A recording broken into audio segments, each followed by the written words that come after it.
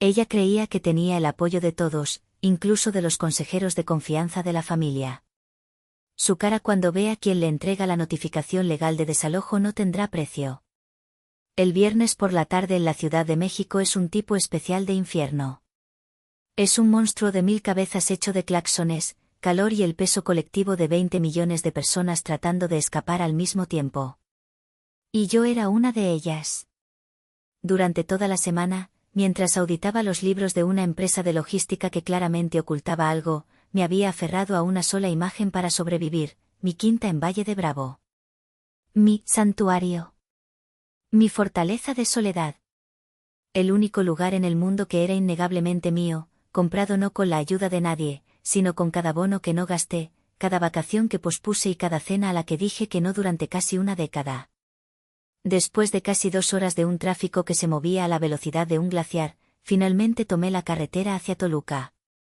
Sentí como la tensión en mis hombros comenzaba a disiparse con cada kilómetro que dejaba atrás el smog de la ciudad. El aire empezó a cambiar, a oler a pino y a tierra húmeda. Al tomar la sinuosa carretera hacia Valle, bajé las ventanillas y respiré hondo. Era el olor de la paz. El olor de mi recompensa. Llegué a mi portón de madera justo cuando el sol comenzaba a teñir el cielo de naranja y violeta. La imagen que me esperaba era la antítesis de la paz. El portón estaba completamente abierto, y dentro de mi camino de grava, donde normalmente solo mi modesto sedán dejaba sus huellas, había al menos 4 coches de lujo, incluyendo un Mercedes blanco que brillaba con arrogancia. Mi estómago se contrajo. Un mal presentimiento, frío y familiar, se deslizó por mi espina dorsal. Estacioné mi coche torpemente detrás de los demás y apagué el motor. El silencio fue reemplazado por un murmullo de voces y el inconfundible sonido metálico de estructuras siendo ensambladas. Caminé hacia la casa y la vi. En mi jardín, donde pasaba horas cuidando mis rosales y los árboles de jacaranda que yo misma había plantado, se alzaba una carpa de eventos. Blanca, enorme, obscena. Ocupaba casi todo el césped, un invasor alienígena en mi pequeño paraíso. Había mesas redondas cubiertas con manteles blancos, sillas elegantes y, en el centro, lo que parecía ser un arco floral. Mi corazón latía con fuerza contra mis costillas. Rodeé la casa y la escena completa se reveló ante mí. Había al menos una docena de personas moviéndose con prisa, floristas, personal de catering, técnicos de iluminación. Y en medio de todo, como una directora de orquesta controlando el caos, estaba mi hermana, Anaí. Sostenía una tableta en una mano y con la otra gesticulaba ampliamente. Su cabello, perfectamente peinado, brillaba bajo las luces que ya colgaban de las vigas de mi porche. Llevaba unos pantalones de lino y una blusa de seda que probablemente costaban más que mi hipoteca mensual. No, las gardenias van en las mesas principales. Lo discutimos 1000 veces, le decía a un hombre que cargaba un enorme jarrón. Me quedé paralizada por un momento, una extraña en mi propia casa. Finalmente, encontré mi voz. ¿Anaí? Ella se giró. Una sonrisa brillante y perfectamente practicada iluminó su rostro cuando me vio. No había ni una pizca de sorpresa o culpa en sus ojos. Marisol. Qué bueno que llegas, exclamó, caminando hacia mí como si mi presencia fuera la cosa más natural del mundo. Justo a tiempo para dar tu opinión. ¿Crees que deberíamos poner velas flotantes en la alberca o dejarla así para que refleje las luces del cielo? Yo no podía procesar sus palabras. Mi mente era un torbellino de confusión e ira creciente. ¿Qué es todo esto? Anaí ni siquiera parpadeó. La fiesta, tontita. Mi renovación de votos con Fernando. 10 años, ¿puedes creerlo? Va a ser la fiesta del año. La miré, esperando. Esperando una explicación, una disculpa, algo. No llegó nada. ¿Tu renovación de votos?, repetí, mi voz apenas un susurro. ¿Aquí? ¿Por qué no me dijiste nada? ¿Por qué no me preguntaste? Fue entonces cuando lo vi. Un destello de impaciencia en su mirada. Puso los ojos en blanco, un gesto pequeño pero tan afilado como un cuchillo. Se inclinó hacia mí como si me fuera a contar un secreto, su voz bajando a un susurro condescendiente. «¡Ay, Marisol! No seas tan dramática», dijo, y luego pronunció las palabras que se convertirían en el epitafio de nuestra relación. «Somos familia, no necesitamos permiso». Me di la vuelta sin decir una palabra más. Sentí su mirada en mi espalda, probablemente molesta por mi mal humor, pero no me importó. Me subí a mi coche, lo encendí y salí de mi propiedad, dejando atrás el circo que mi hermana había montado. Conducía sin rumbo, las lágrimas de rabia nublando mi visión. Cada palabra que había dicho, cada gesto, era un eco de una vida entera de ser tratada no como una persona, sino como un recurso. Un recurso conveniente y siempre disponible para la familia. Mientras el coche devoraba kilómetros de carretera oscura, mi mente abrió las puertas de lo que yo llamaba mi museo de agravios. Una colección privada y dolorosa de recuerdos que demostraban que lo de hoy no era un incidente aislado, sino el clímax de una larga y agotadora historia. La primera sala de la exposición era la del coche. Hacía 3 años, con el primer bono realmente sustancial que recibí, me compré el coche de mis sueños. No era un lujo extravagante, pero era nuevo, fiable y mío. Anaí, cuyo viejo coche siempre estaba en el taller, me pidió el mío, prestado, para un fin de semana en Cuernavaca. «Solo será un viajecito rápido, te lo juro», me dijo. Se lo presté con el corazón encogido. Lo devolvió el lunes por la noche con un enorme rayón en la puerta del pasajero. Su explicación fue un suspiro y un encogimiento de hombros. «Ay, hermanita, es que lo dejaste estacionado en un lugar súper incómodo». Ni fue mi culpa. Mis padres intervinieron antes de que pudiera decir nada. Mi padre, Ramiro, con su voz de autoridad que no admitía réplica: «Ya, Marisol, es solo un coche. Son hermanas». Mi madre, Jacinta, con su tono suave y manipulador: «Anaí se siente fatal, no la hagas sentir peor». Nunca se disculpó. Nunca ofreció pagar. Y yo, como siempre, me tragué mi rabia y pagué la reparación. Caminé mentalmente a la siguiente sala, la de los logros. Mi graduación de la universidad como contadora, con mención honorífica, fue celebrada con una cena en un restaurante al que íbamos siempre, donde la conversación giró en torno al nuevo novio de Anaí. Pero cuando Anaí, 2 años después, completó un curso de repostería de 3 meses, mis padres organizaron una fiesta en su casa para 50 personas. Recuerdo a mi madre diciéndome con orgullo: «Es que tu hermana es tan talentosa, tan artística». Cuando le recordé tímidamente mi propio título, mi padre me dio una palmada en la espalda. «Eso es diferente, mija. Lo tuyo es el trabajo duro. Lo de tu hermana es un don». Mi trabajo duro era una expectativa, sus pasatiempos eran motivo de celebración. La última y más concurrida sala del museo era la financiera. Estaba llena de los préstamos que nunca fueron devueltos. Pequeñas cantidades al principio, luego más grandes. «Marisol, ¿nos puedes prestar para el enganche del coche de tu hermana? Te lo pagamos en cuanto podamos». «Mija, es que Anaí vio un vestido precioso y está un poco corta de dinero este mes». Cada transacción era una pequeña herida.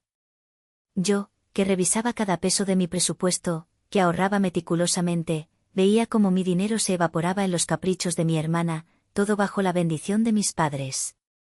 «¿Para qué trabajas tanto si no es para ayudar a tu familia?», me había dicho mi padre una vez. Apreté el volante, mis nudillos blancos.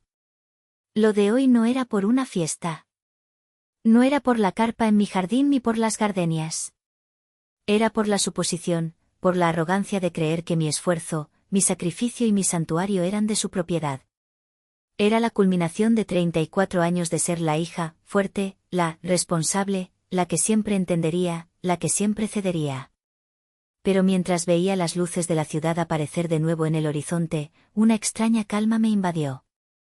La tristeza se estaba convirtiendo en hielo.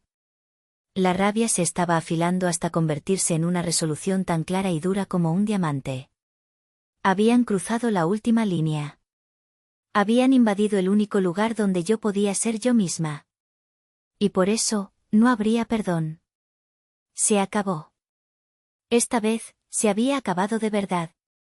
Llegué a mi apartamento en la colonia Roma sintiéndome como una extraña en mi propia vida. El lugar estaba impecable, ordenado, un reflejo de mi mente normalmente estructurada.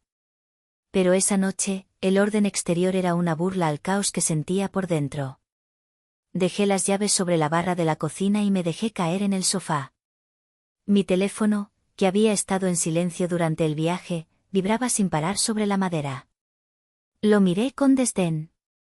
Seguramente eran llamadas de Anaí, o peor, de mi madre, listas para desplegar su arsenal de chantaje emocional. Decidí ignorarlo. Necesitaba pensar. Necesitaba un plan. Pero antes de que pudiera empezar a ordenar mis pensamientos, la pantalla se iluminó con un mensaje de WhatsApp. Era de una prima mía, Sofía, una de las pocas en la familia que mantenía una distancia prudente del drama.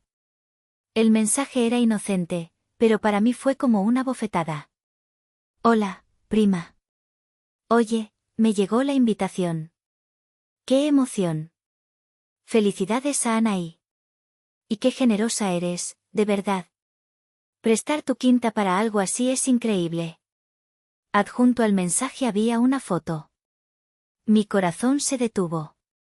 Era la invitación. El papel era grueso, de color marfil, con una caligrafía elegante y un pequeño dibujo de 2 jacarandas entrelazadas en la parte superior. Pero fue el texto lo que me robó el aliento. Ramiro y Jacinta se complacen en invitarle a la celebración de la renovación de votos matrimoniales de su hija Anaí con Fernando, que tendrá lugar en la Quinta Los Jacarandas, propiedad de la familia. Propiedad de la familia. No, propiedad de Marisol. No, generosamente cedida por Marisol. Simplemente, de la familia. Habían borrado mi nombre, mi esfuerzo, mi existencia como propietaria. Me habían reducido a una simple nota a pie de página en la historia de mi propia vida, a un recurso sin nombre. Sentí que el aire me faltaba. Era una cosa oírlo de la boca de Anaí, pero verlo impreso, formalizado, listo para ser enviado a 250 personas, era una humillación a otro nivel. Era premeditado. Era una declaración. Mientras miraba la foto, otro mensaje de Sofía llegó. Por cierto, qué buena idea lo del grupo de WhatsApp. Así todos estamos coordinados. Aunque qué raro que no te metieran a ti. Supongo que ya estás en todo, jajaja. ¿Grupo de WhatsApp? Con los dedos temblorosos, le respondí. ¿Qué grupo? Pues el de la boda. Se llama, Boda de Ensueño de Anaí. Estamos casi todos los primos y los tíos. Le pedí que me añadiera. Un minuto después, mi teléfono vibró con la notificación. Entré al grupo. Y allí estaba. 3 meses de mensajes. 3 meses de planificación a mis espaldas. Leí con horror y una creciente náusea. Tía Carmen, ¿y están seguros de que a Marisol no le importará que movamos los muebles del porche? Mi madre, Jacinta, por favor, Carmen. Es Marisol. Ella feliz de que la casa se use. Ni se va a dar cuenta. Anaí, exacto. Además, esa quinta es demasiado grande para una sola persona. Es un desperdicio. Le estamos haciendo un favor al llenarla de vida. Primo Jorge, ¿alguien sabe si el wifi de la quinta es bueno? Para ir subiendo las fotos a Instagram. Hablaban de mi casa como si fuera un hotel, un Airbnb gratuito y sin reglas. Discutían sobre qué habitaciones usarían, sobre si podían llevar a sus perros, sobre si mi colección de libros antiguos era inflamable y había que moverla. No era solo desconsideración. Era un borrado sistemático de mi persona. En su narrativa, yo no existía. Solo existía la propiedad de la familia, un activo anónimo a su entera disposición. Cerré la aplicación. Ya no había lágrimas. La herida era demasiado profunda para eso. En su lugar, sentí una claridad fría y aterradora. Ya no se trataba de una fiesta. Se trataba de mi identidad. Y ellos, mi propia familia, estaban intentando robármela. No lo iba a permitir. El primer instinto fue llamar y gritar. Gritarle a Anaí, a mi madre, a mi padre. Exigir que detuvieran todo. Pero sabía, por amarga experiencia, cómo terminaría esa conversación. Me llamarían exagerada, egoísta. Me recordarían todo lo que habían sacrificado por mí. La conversación se convertiría en un torbellino de culpas y lágrimas, y al final, de alguna manera, la mala del cuento sería yo. No. Esta vez no. En medio de mi desesperación, hice lo único que se me ocurrió. Llamé a la única persona en la familia que siempre me había visto como un individuo, mi tío Lázaro, el hermano menor de mi padre. Tío, dije, mi voz quebrándose a pesar de mis esfuerzos por mantener la compostura. Marisol. ¿Qué pasa? Te oyes fatal, respondió al instante. Le conté todo. La carpa, la fiesta, la invitación, el grupo de WhatsApp. Lloré de rabia y frustración mientras las palabras salían atropelladamente. Él me escuchó en silencio, sin interrumpir, hasta que terminé. Hubo una pausa. Esperaba que me dijera que hablara con ellos, que intentara razonar. En cambio, dijo algo que cambió el curso de todo. Mija, dijo con una voz grave y seria. Has pasado toda tu vida tratando de ganarles con emociones. Y siempre pierdes, porque ellos son expertos en manipularlas. Tienes que dejar de jugar su juego. Tienes que jugar el tuyo. ¿Cuál es mi juego, tío?, pregunté, confundida. Tu juego es la lógica. Los hechos. Los números. Eres una auditora, por el amor de Dios. Tu superpoder es encontrar la verdad en los detalles. Úsalo. No puedes ganarles gritando. Tienes que ganarles con papeles, con pruebas, con la ley. Colgué el teléfono sintiendo que una niebla se disipaba en mi cabeza. Tenía razón. Mi campo de batalla no era el sentimentalismo, era la realidad tangible. Y la realidad tangible era que esa casa estaba a mi nombre. Entonces, una idea, tan audaz que me asustó, comenzó a formarse. Pensé en mi padre y en cómo, a pesar de su arrogancia, había una persona cuya opinión respetaba por encima de todas, su abogado. El licenciado Porfirio Montes.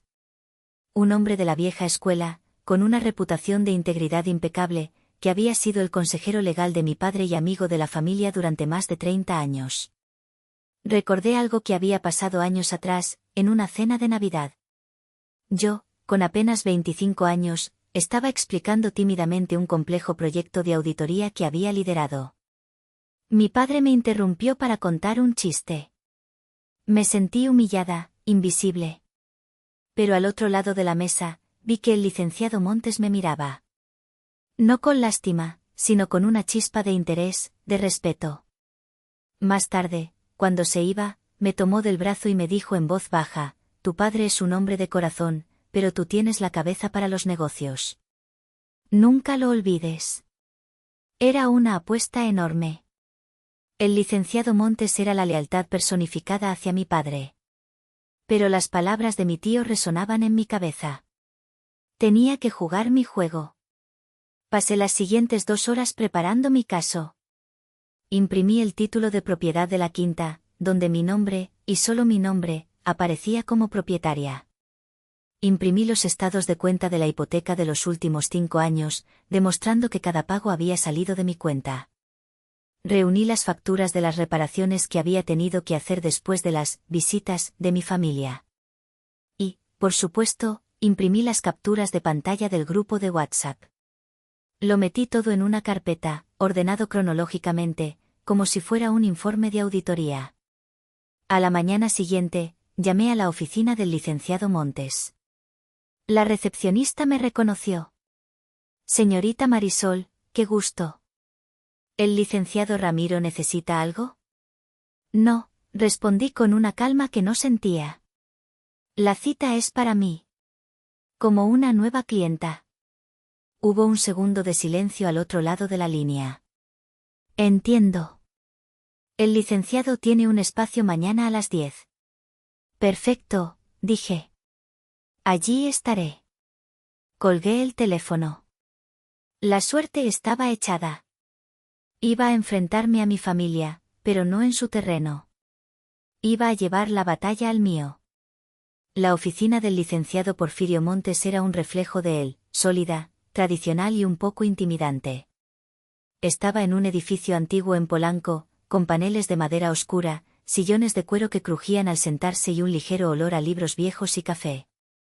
Era el tipo de lugar que susurraba poder y permanencia. Me senté frente a su imponente escritorio de caoba, sintiéndome mucho más joven e insignificante de lo que mis 34 años sugerían. Él entró, alto y erguido a pesar de sus casi 70 años. Me saludó con una formalidad cortés que inmediatamente estableció el tono de la reunión. No era el amigo de la familia, era un abogado recibiendo a una posible clienta. Marisol, dijo, sentándose. ¿En qué puedo servirte? Tomé una respiración profunda y empecé. Dejé la carpeta sobre su escritorio. Licenciado, gracias por recibirme. Vengo a solicitar sus servicios profesionales para un asunto relacionado con una propiedad a mi nombre. Con la misma precisión y falta de emoción con la que presentaría un informe de auditoría, le expuse los hechos. Le mostré el título de propiedad. Le mostré los pagos de la hipoteca. Le expliqué la situación actual, la fiesta, las 250 personas, la invasión de mi propiedad. Finalmente, le mostré las capturas de pantalla del grupo de WhatsApp. Mientras yo hablaba, él escuchaba. No me interrumpió ni una sola vez. Sus ojos, agudos y analíticos, se movían de los documentos a mi rostro.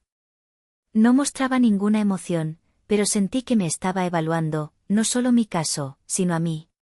Cuando terminé, hubo un largo silencio. El único sonido era el tic-tac de un reloj de pared. Mi corazón latía con fuerza. ¿Me diría que esto era un asunto familiar y que no podía involucrarse? ¿Llamaría a mi padre en cuanto yo saliera por la puerta? Finalmente, cerró la carpeta. Se reclinó en su silla y juntó las yemas de sus dedos. Conozco a tu padre desde que éramos jóvenes, comenzó, su voz grave y mesurada. Lo he visto construir un negocio de la nada. Es un hombre de gran energía y corazón. Pero a veces, su corazón le nubla el juicio. Especialmente cuando se trata de Anaí. Me miró directamente. También te he visto crecer, Marisol. He visto cómo has construido tu propia vida, tu propia carrera, tu propio patrimonio, sin pedirle nada a nadie. Con una disciplina que, francamente, tu padre y yo nunca tuvimos a tu edad. Se inclinó hacia adelante, su expresión se endureció ligeramente. Lo que tu familia está haciendo no es un simple desaire familiar. Es una violación flagrante de tus derechos de propiedad. Es una falta de respeto no solo a ti, sino al trabajo y al sacrificio que esta propiedad representa. Sentí un nudo en la garganta. Era la primera vez que alguien, aparte de mi tío, validaba mis sentimientos de esa manera. Mi lealtad, Marisol, continuó, no es ciega. Mi lealtad es con la ley y con la justicia. Y en este caso, la justicia está inequívocamente de tu lado. Se puso de pie, una señal de que la reunión estaba llegando a su fin y de que una decisión había sido tomada. Acepto el caso, dijo. Redactaremos una notificación extrajudicial. Clara, concisa y legalmente blindada. Se le entregará a tu hermana y a tus padres, informándoles que deben cesar toda actividad en tu propiedad y desalojarla de inmediato, o enfrentarán acciones legales más severas. Me levanté, sintiendo una oleada de alivio tan intensa que casi me mareó. Gracias, licenciado. No sabe lo que esto significa para mí. Él asintió. Lo sé perfectamente. Significa que el juego ha cambiado. Y las reglas, a partir de ahora, las pones tú. Salí de esa oficina sintiéndome más fuerte de lo que me había sentido en toda mi vida. Ya no estaba sola. Tenía la ley de mi lado. Y tenía al único hombre al que mi padre realmente escuchaba. El sábado, 2 días antes del evento, era el día elegido para el montaje principal. Sabía que Anaí estaría allí, en su elemento, supervisando cada detalle para que su boda de ensueño fuera perfecta.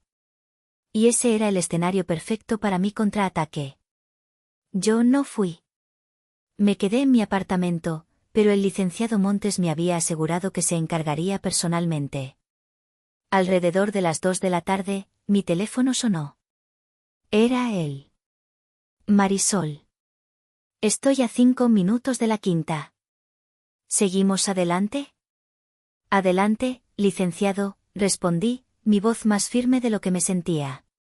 Luego, solo pude imaginar la escena, una escena que el licenciado Montes me describió más tarde con una precisión casi cinematográfica. El sol de Valle de Bravo brillaba con fuerza. La música de un grupo que estaba probando el sonido flotaba en el aire. Los floristas daban los toques finales a un arco cubierto de rosas blancas. Mis padres, Ramiro y Jacinta, estaban sentados en el porche, bebiendo limonada y observando la escena con sonrisas de orgullo. Anaí, vestida con un mono de diseñador, se paseaba dando órdenes, con el teléfono pegado a la oreja. Un coche negro y elegante, un sedán alemán que no desentonaba con los otros vehículos de lujo, se detuvo en el camino de grava. Todos se giraron para mirar. El licenciado Porfirio Montes descendió del coche. Llevaba un traje gris oscuro, perfectamente planchado, y un portafolio de cuero en la mano. Se movía con una calma y una autoridad que inmediatamente captaron la atención de todos. Mi padre se levantó, una enorme sonrisa en su rostro. Porfirio. ¡Qué sorpresa tan agradable! ¿Vienes a darnos la bendición? Hola, Ramiro, respondió el licenciado Montes con un tono cortés pero distante. Su mirada pasó por encima de mi padre y se fijó en Anaí, que se acercaba corriendo. Tío Porfirio, exclamó ella, usando el apodo cariñoso que le había dado desde niña. Fue a abrazarlo. Él, con un movimiento sutil pero firme, levantó una mano para detenerla. El gesto fue tan inesperado que Anaí se quedó helada, con los brazos a medio camino. La sonrisa se borró de su rostro. El silencio cayó sobre la escena. La música se detuvo. Los trabajadores dejaron de moverse. Todos los ojos estaban fijos en ellos dos. El licenciado Montes abrió su portafolio. Su voz, cuando habló, no fue alta, pero resonó en el silencio con una claridad devastadora. Señorita Anaí, dijo, y el uso del formalismo fue la primera señal de que algo estaba terriblemente mal. Estoy aquí hoy en mi capacidad de representante legal de mi clienta. Hizo una pausa, dejando que las palabras flotaran en el aire. Mi clienta, continuó, es la única y legítima propietaria de este inmueble, la señorita Marisol Rojas. Sacó un fajo de papeles del portafolio. Y me ha instruido para entregarle este documento. Le extendió el documento a Anaí. Ella lo miró como si fuera una serpiente. No se movió. Es una notificación extrajudicial de cese de actos y prohibición de acceso a propiedad privada, explicó el abogado con una calma glacial. Establece que usted, y cualquier persona asociada con usted, debe cesar toda actividad en esta propiedad y desalojarla en un plazo no mayor a 3 horas. De lo contrario, mi clienta procederá con acciones legales, incluyendo una demanda por allanamiento e invasión de la propiedad. El fotógrafo que Anaí había contratado para documentar el making of de la boda, por pura inercia profesional, levantó su cámara y disparó. El flash capturó para la posteridad el rostro de mi hermana, una máscara de incredulidad, confusión y, finalmente, de puro y absoluto horror. El castillo de naipes se había derrumbado. Lo que siguió fue el caos. Anaí finalmente reaccionó. No con dignidad, sino con un grito agudo y furioso. Esto es ridículo. Papá. Haz algo. Mi padre, Ramiro, que había estado paralizado, se acercó al licenciado Montes, su rostro rojo de ira. ¿Qué demonios significa esto, Porfirio? ¿Es una broma? Te aseguro que no es ninguna broma, Ramiro, respondió el abogado, imperturbable. Estoy cumpliendo con mi deber profesional hacia mi clienta. ¿Tu clienta? Yo soy tu cliente. Tu amigo, rugió mi padre. Mi deber es con la ley, sentenció el licenciado. Y la ley dice que esta propiedad pertenece a Marisol.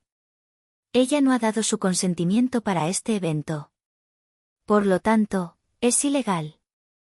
Mientras ellos discutían, mi madre, Jacinta, corrió hacia Anaí, que ahora sollozaba de forma dramática. Mi boda. Mi día especial. Marisol lo ha arruinado todo.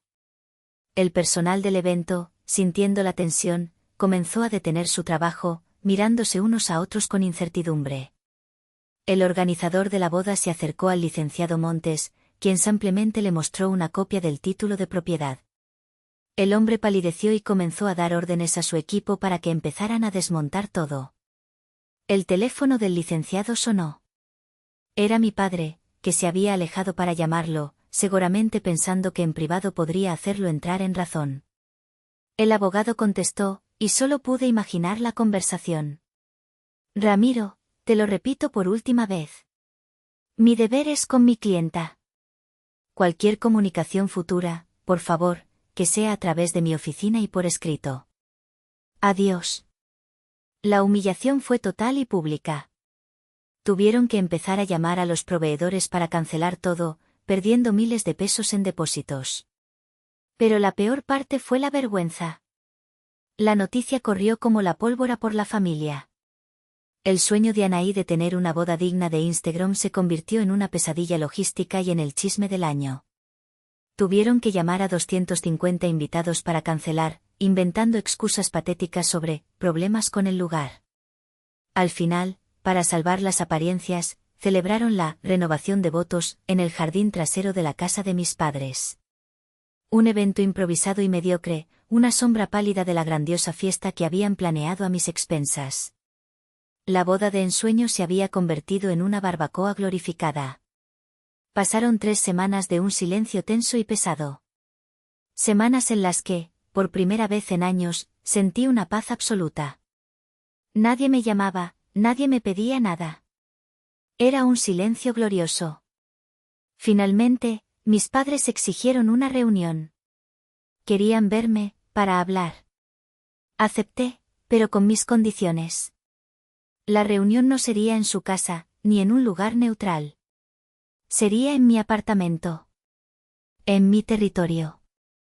Llegaron con expresiones sombrías.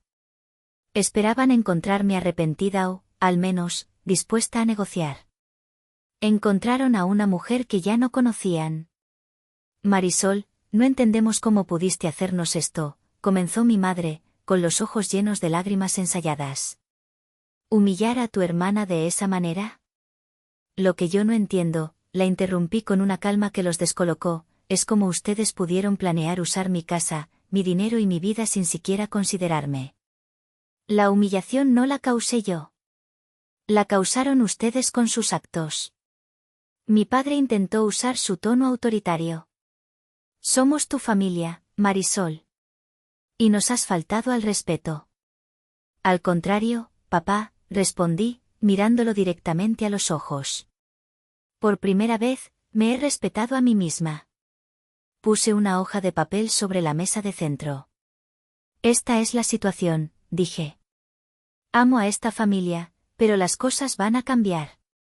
Estas son mis condiciones, no son negociables. Le leí las reglas. 1. Nadie, absolutamente nadie, visitará mi quinta sin una invitación explícita y directa de mi parte. 2. Cualquier visita a mi apartamento deberá ser anunciada con al menos 48 horas de antelación. 3. Se acabaron los préstamos. Mi situación financiera es un asunto privado. 4. Quiero que me devuelvan todas las copias de las llaves de mis propiedades. Se quedaron en silencio, estupefactos. Habían venido a reprenderme y se encontraron con un ultimátum. La historia termina 6 meses después de ese día. Estoy sentada en el porche de mi quinta. El aire huele a jacaranda y a tierra mojada. El silencio solo es roto por el canto de los pájaros. La relación con mis padres es distante, formal, pero por primera vez, se basa en el respeto que yo impuse. Con Anaí no he vuelto a hablar. Mi teléfono vibra. Es una videollamada. En la pantalla aparecen los rostros sonrientes de mis amigos de mi club de senderismo, mi nueva familia, la que yo elegí. Les sonrío de vuelta, sintiéndome ligera, sintiéndome libre. He perdido la ilusión de la familia que creía tener, pero he ganado algo mucho más valioso, a mí misma. Dicen que no puedes elegir a tu familia, pero sí puedes elegir cómo dejas que te traten. ¿Fui demasiado lejos, o finalmente les enseñé el verdadero significado del respeto?